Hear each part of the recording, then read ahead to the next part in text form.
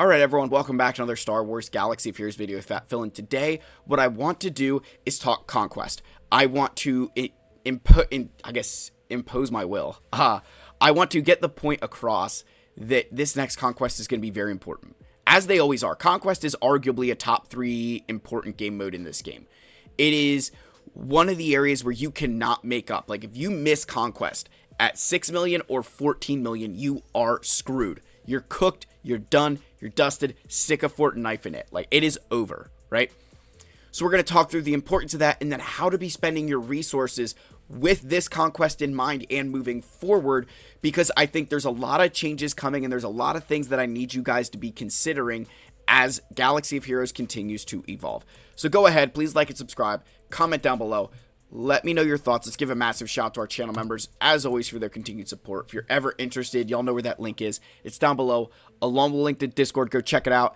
Thank you again. I cannot tell you guys how much your support means to me. I cannot tell you how much fun I have getting in the Discord, seeing you guys interacting. It's my favorite part. So thank you again. Let's get in here.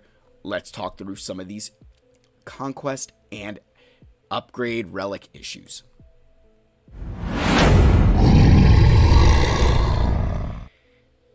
I said issues, I really just meant like, tips and tricks, whatever, right? So, let's just start here.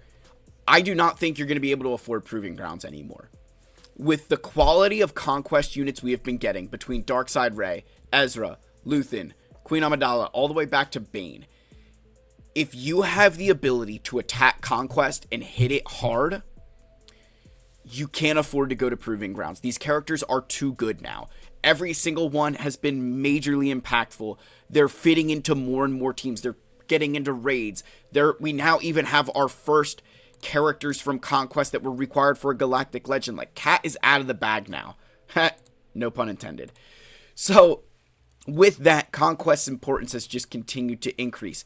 So, I need you guys to really understand that you've got to be hitting Conquest hard. And I'm going to give a shout out to my friend Egnards here, and I'm just going to share, he created some really good graphics, so I'm just going to pull these up quickly. I'm not going to go over them too much, but he's got a whole Conquest video, which I'm going to link down below. I want you guys to go check it out, because he's put way more work into this than I have, but he's got some really good stuff in here about how to get through feats and, what best to use. So go check out his guide, again, link down below. I can't make guides like this. It's not the way my brain works. Like, he's much better at this than I am, so I'm just going to send you guys there, and I know he won't care. But a lot of you have that ability to get through Conquest. A lot of you have that potential to get box 6, box 7. It's just putting in a little bit more effort. Let me show you a quick example here. One of the feats coming up is getting Snap to Survive. So a lot of people will be like, oh, well, I'm not going to be able to get Snap to survive. Like, I don't have General Grievous. I don't have a good Separatist team. Like, my Snap is level 1, gear 1. Go invest. Get this thing to level 85, like gear 8, gear 9. It's not that hard to do. Do you know one of the best ways to get, stuff like Snap surviving? Just go ahead. Run, like, Supreme Leader Kylo Ren. Seriously. Run, like, Supreme Leader Kylo Ren. Kylo Ren unmasked. Build like a first order team and just sub in the Snap. Go up against a team that doesn't have AoE attacks and you're going to win. And he will survive. It sounds so silly, but that is 100% the truth. That it is very easy to get that Snap surviving with something, with a trick like this. Or even just go up with a team and bring like Wat Tambor, who can revive Separatists. So even if Snap does die, he can revive him. Like, there's a lot of things you can do to kind of get some of these surviving feats by just thinking outside of the box, right? Or hey, bonus turns. I mean, there's a bunch of characters who get bonus turns. Just think outside the box. Think through it of, hey, here's the stuff I can use to get that done, right? I think for a lot of you, it's just putting in that effort, and that's where I think Egnard's guide will help give you the framework to get those things done. The next thing I'm going to say is that if you don't have the Jedi Vanguard, you're going to be like, Phil, I don't have Jedi Vanguard. Like, there's no reason I should get Jocasta new. Remember, her team is coming. Like, she's getting, like, this is not her final team. The team that she's supposed to be utilized in is coming later. So, what I would recommend is that if you're in a position where maybe you don't have Jedi Vanguard or they're not that well geared, but you could still get the max crate, get every shard you can for Jocasta new, and don't buy the shards. Get the max crate, get 90 shards, you're going to end up with like 270, and then by the next conquest cycle, which would be like, I think like the fifth conquest, the second conquest of the next cycle, I think you'd have enough shards to promote her, or by the sixth conquest, you'd have enough shards to promote her to 7-star, and you didn't have to buy anything. And what you do with your conquest currency at that point is you'd go and spend it on things like signal data, gear, the relic materials that you would need. That's where I would go. So if you don't have an immediate need for a conquest character, still get the max crate, still put in that effort and utilize the currency elsewhere. For somebody like myself, where I've got the Jedi Vanguard, I'm going to need every advantage I have. I'm going to be getting her inside of 3 conquests. There's just no reason I shouldn't, right? I'd rather have her than not. But I'm in a very different position where I don't have a massive need for signal data.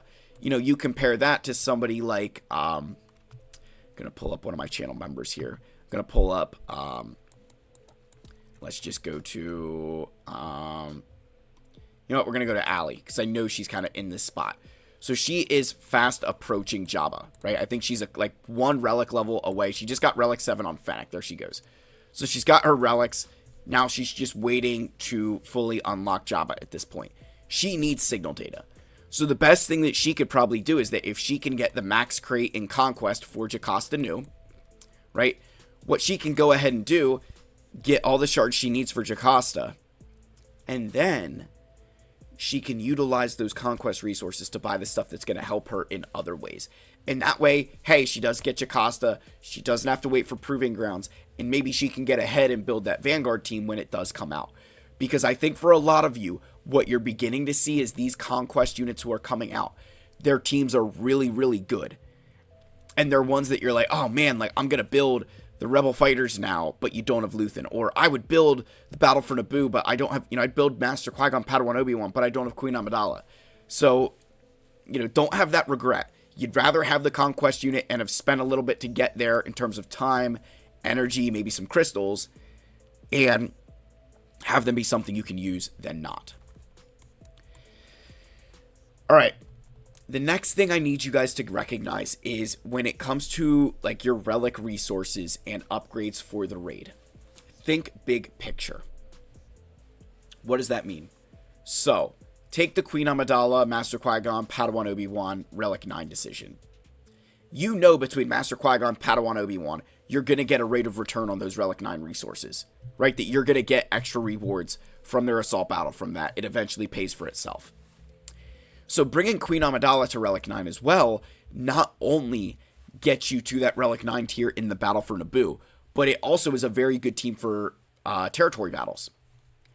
And remember, with the current state of the game, there are 2 other Galactic Republic characters in Commander Ahsoka Tano and Snips, who are also required at Relic 9 for GL Ahsoka.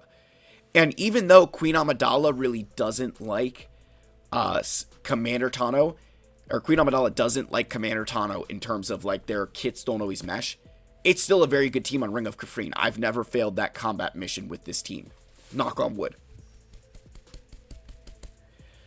So understand the big picture there, that yes, you're spending some Relic 9s, but they're going to help you progress a little bit better. Same thing with Darth Maul, Darth Sidious, Newt Gunray. These are all Relic 7 requirements for Galactic Legends or Leviathan. So investing resources here is progressing your account, right? It's a good team for the raid, and they're all things you eventually need. So thinking through that big picture, you're like, yeah, you know what? That's a good decision. This team down here where Relic, I have Keller and Beck and Shakti at Relic 7 for their requirements, and then Mace, Ayla, Kaidi Mundi, I've had them at Relic 5.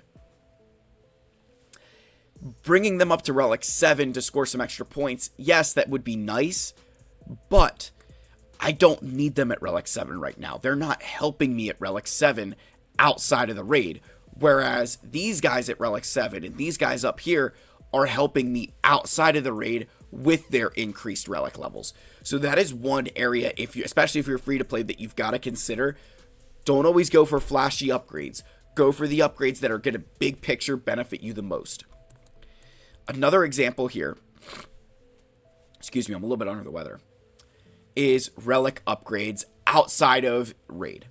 So my guild, with our focus to territory battles, I'm trying to build the Saga Rara special mission.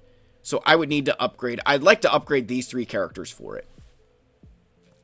Now, a Relic 5 to Relic 7 upgrade takes 60 blue signal data.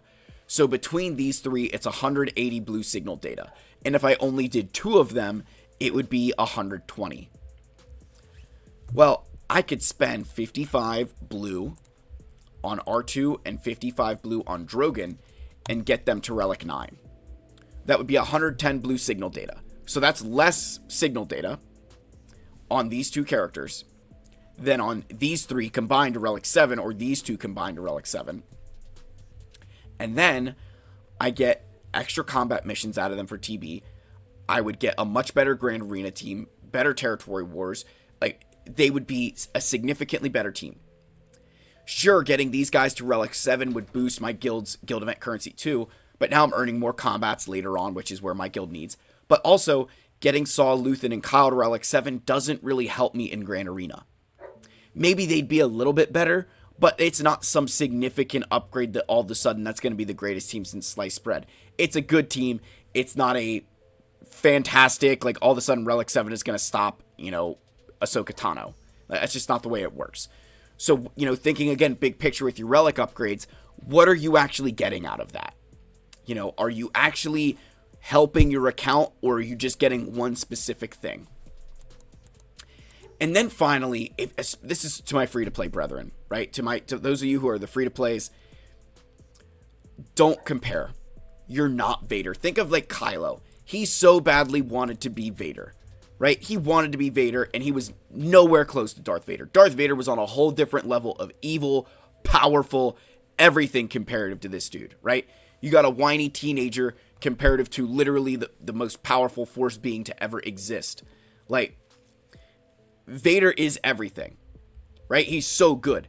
So don't compare. Like, if you are free to play and you're trying to be like, oh, well, Phil has, all these extra things. Got to remember, I'm investing in the episode pass. I've bought some of those Lightspeed bundles. Or think of the players who have 14 million galactic power. Don't be comparing yourself. I don't care if you're facing them in Grand Arena. That is not a reflection on who you should be comparing your account to. You should be comparing your account to people that are within your, community, that are within your, level. That's where you kind of combine your squad arena, your guild, with some of the players you face in GAC. So that way, and that's barring you're in a guild that is somewhere around where you should be. Because if I compared myself to my average GAC opponent, I would be way behind them. I'm normally the lowest in galactic power. I have the least amount of relics, the least amount of datacrons, the least amount of mods. Everything is against me. But I don't compare to them, because that's not who I should be comparing against. I compare against the players in my guild. I compare against some of the guys in my squad arena. I even compare against other players who have similar galactic power to me. How am I faring? If you do that, I promise you will see that your account is in a much better place, and that you won't feel this need to make all these crazy upgrades or continue to spend, because you're looking at the wrong people for who you should be judging against. So let me know your thoughts. I hope this helps. Like, subscribe, comment. I love you all. May the force be with you, and I'll see you in the next one. Cheers, my friends.